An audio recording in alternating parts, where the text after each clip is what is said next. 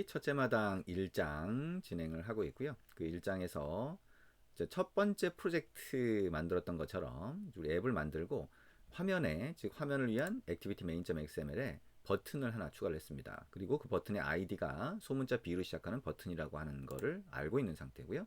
main.activity.kt라고 하는 소스 파일을 열고요. 이 첫 번째 중괄호, 그 다음에 그 안쪽에 들여쓰기 한 두 번째 중괄호, 즉 onCreate라고 하는 이름으로 된 두 번째 중괄호 안에다가 이제 코드를 넣도록 할 겁니다. 이걸 하기 전에 우리가 두 가지 정도 설정을 했죠. 그래서 build.grade를 요 앱이라고 하는 거를 열고 플러그인스라고 하는 중괄호 안쪽에다가 들여쓰기 한 상태에서 요렇게 입력을 했습니다. 요거는 꼭 기억을 하셔야 되고요. 그 다음에 sync now 또는 여기 코끼리 버튼을 눌렀습니다.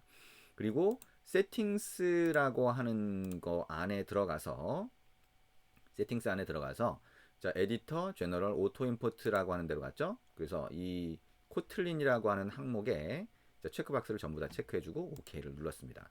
그 상태에서 우리 코드를 이제 입력을 해볼 수가 있겠죠. 이 코드라고 하는 거를 입력을 하나씩 해볼 텐데요. 자, 버튼이라고 한번 입력해 보겠습니다. 이 버튼이라고 하는 거를 입력을 했을 때 이 버튼은 화면에 추가했던 그 버튼의 아이디를 얘기하는 겁니다. 아이디 소문자 B로 시작을 했죠. 자, 그러면 버튼까지 입력했을 때 자동으로 이렇게 뜹니다. 자동으로 뜨면 버튼까지만 입력한 상태에서 엔터를 치시면 돼요. 그러면 뭔가 변화가 일어났어요. 그 변화라고 하는 거는 여기 위에 보면 임포트라고 되어 있고 플러스 버튼 여기 옆에 있죠. 자, 요거를 해보면 감춰진 코드가 있습니다. 감춰진 코드 중에서 요 부분이 자동으로 추가된 거예요. 기존에 자바를 해보셨던 분들은 요 임포트라고 하는 게 어떤 건지 이해를 할 겁니다. 잘 모른다고 하더라도 이 임포트가 어떤 건지에 대한 거는 우리가 차차 이해를 할 수가 있고요.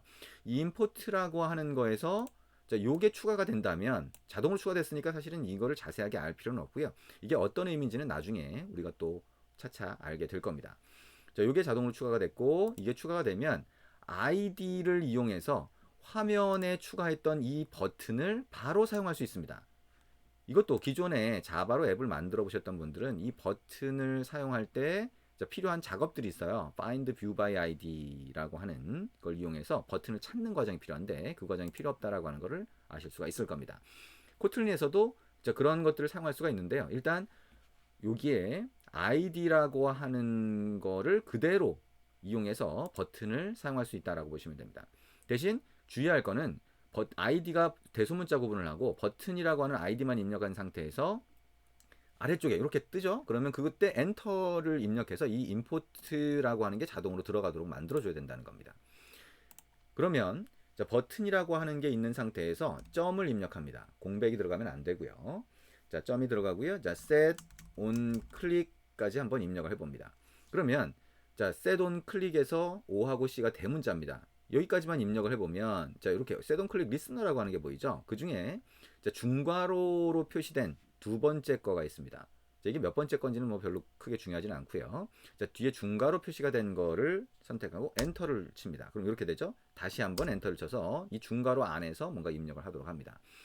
자, 이걸 입력할 때도 들여쓰기 잘 신경 써서 요 위치에다가 하시면 좋습니다.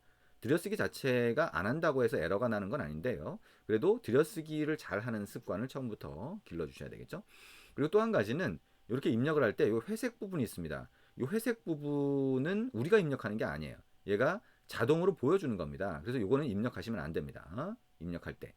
그리고 이 중괄호 안에다가 이제 코드를 입력을 할 겁니다. 자, 중괄호 안에는 자, 토스트점 해봅니다. 자, T 대문자고요. 우리가 음식으로 먹는 토스트를 얘기합니다. 이 안드로이드라고 하는 거는 음식 이름을 굉장히 많이 써요. 그래서 자, 토스트도 우리가 실제 먹는 그 토스트를 얘기합니다. 토스트점 해보면 자, make text라고 하는 게 보이죠? 엔터를 칩니다. 그리고 소괄호 안에 자, 첫 번째에다가는 자, 소괄호가 자동으로 붙었죠? 자, application context라고 하는 걸 사용을 합니다. 자, application context 자, 첫 번째 게 있죠? 자, 요거를 엔터를 쳐서 입력을 합니다. 그럼 얘가 자동으로 이렇게 기울어지죠? 색깔도 바뀌고요. 콤마를 하고요. 한 칸 띄우고 자, 큰 따옴표를 붙이고 자, 버튼이 눌렸어요 라고 하는 글자를 표시를 합니다. 토스트라고 하는 건 여러분이 이제 실행을 해보면 우리가 아래쪽에 화면 아래쪽에 잠깐 떴다가 잠깐 보였다가 없어지는 메시지를 얘기를 합니다. 그래서 그 메시지에 보여질 글자는 큰 따옴표 안에다가 자, 글자는 큰 따옴표 안에 넣는다라고 생각하시면 됩니다. 그래서 이 안에다가 글자를 입력하면 되는 거죠. 그 다음에 다시 콤마를 붙이고요. 자, 토스트 대문자로 시작하는 토스트 점 해보면 랭스 롱, 랭스 쇼트가 있습니다. 랭스 롱이라고 하는 거 선택하고요. 커서를 오른쪽에 갖다 놓습니다. 그러면 이렇게 소괄호 끝난 거 뒤쪽으로 가겠죠. 점 쇼, 그 다음에 소괄호 붙이시면 됩니다. 이렇게 붙이시면 되고요. 자, 여기까지가 끝입니다. 기존에 자바를 써보셨다면 마지막에 세미콜론을 기존에 붙이셨을 텐데 코틀린에서는 세미콜론은 붙이지 않습니다. 붙인다고 하더라도 뭐 크게 에러를 발생하거나 하는 건 아니지만 요즘에 만들어지는 현대적인 언어에서는 세미콜론을 잘 붙이지 않죠. 자, 이렇게 한 줄을 입력할 수 있습니다. 이 한 줄이 토스트라고 하는 메시지를 띄우는 한 줄이 됩니다. 여기까지 했다면 이제 이걸 실행해 볼 수가 있겠죠. 그러면 에뮬레이터를 실행해 볼 수 있습니다. 에뮬레이터는 이 위쪽 아이콘 중에서 오른쪽에서 하나, 둘, 셋, 네 번째입니다. 이거는 여러분이 언제 안드로이드 스튜디오를 사용하냐, 그러니까 안드로이드 스튜디오의 버전이 뭐냐에 따라서 다를 수 있어요.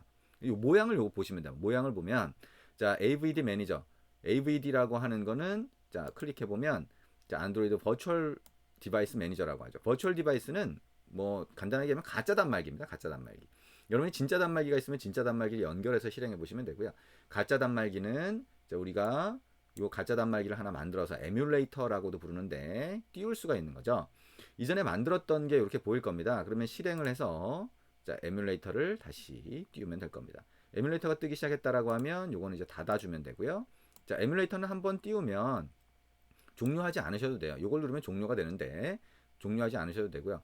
요거는 파워 버튼이에요. 그래서 에뮬레이터 자체가 종료되는 게 아니라 이거에 그러니까 실제 스마트폰 단말기에 여러분이 전원을 끄는 것처럼 그렇게 되거든요. 그래서 요건 누르지 않으시는 게 좋습니다. 그리고 요거는 어느 정도 여러분이 계속 작업을 할 때는 띄워두셔도 되는데요.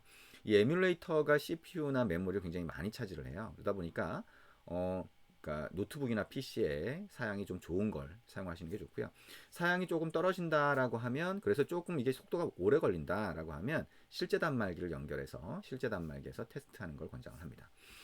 이렇게 에뮬레이터가 떠 있다라고 하면 자, 이제 에뮬레이터 쪽으로 실행을 합니다. 여기 에뮬레이터나 또는 실제 단말기가 연결이 되면 정상적으로 연결되면 여기 보이거든요. 이게 지금 떠 있는 에뮬레이터를 가리킵니다.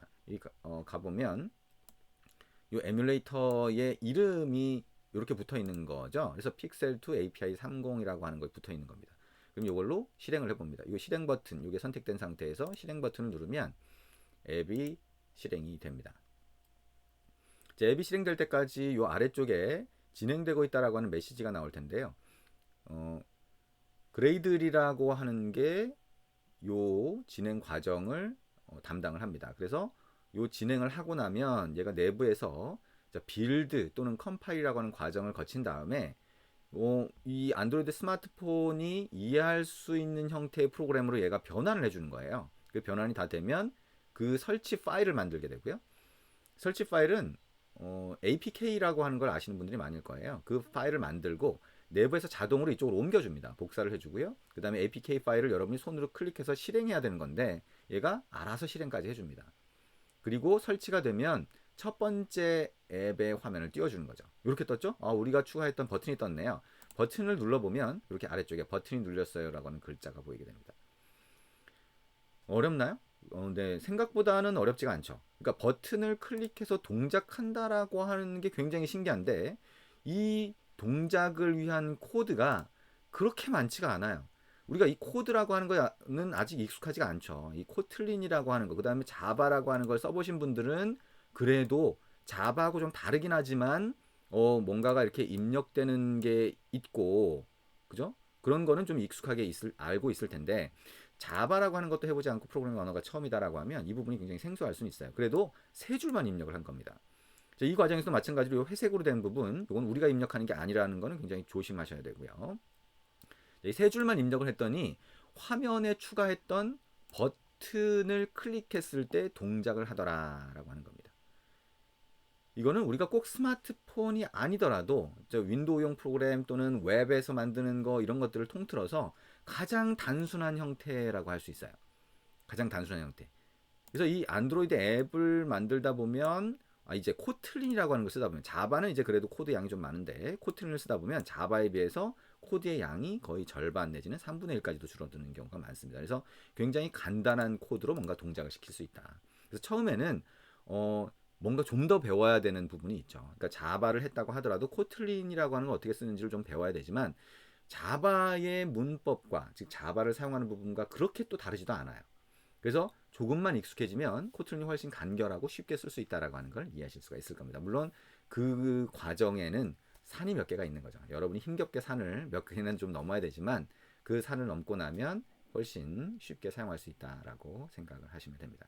그리고 처음 프로그래밍이라고 하는 거, 프로그램을 만드는 과정을 지금 하고 계신다고 하더라도 지금 얘기한 굉장히 제가 자세하게 설명을 하고 있죠. 그 과정을 하나씩 하나씩 따라와 보시면 어느 정도 하실 수가 있습니다. 이렇게 해서 버튼을 추가를 하고요. 버튼을 입력했을 때 어떻게 동작하는지까지 같이 한번 봤습니다. 이어서 계속 해보도록 할게요.